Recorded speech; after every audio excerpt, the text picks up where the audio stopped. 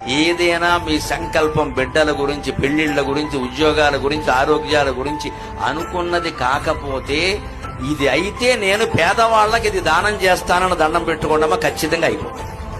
మనుషులు ఏదన్నా అనుకుంటే పూర్వజన్మ కర్మఫలం అడ్డం వచ్చి అది కాకుండా చేస్తుందండి. ఒక్కోసారి మన ప్రయత్నం చేస్తాం, అవ్వదు.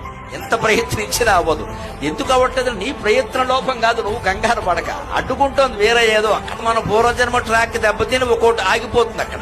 అది తప్పిపోయి మనకి ఫలితం కలగాలి అంటే వెంటనే ఇది నాకు తప్పనిసరిగా అవ్వవలసిన పని, మంచి పని కాబట్టి ఇది అయితే నేను 10,000 రూపాయలు పేదవాడికి దానం ఇస్తా, 10 మందికి పంచెలు చీరలు పెడతా అని దండం పెట్టుకుని పేద వర్గాలకి దానం చేయండి, వెంటనే అది ఫలితం ఇస్తుందమ్మా.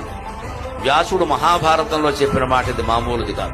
దాతవ్యంచ అనసూయత, ఎటువంటి అసూయ లేకుండా ఇచ్చేయి. దానం దానం దానం దానం వల్ల కలిగే పుణ్యం మామూలు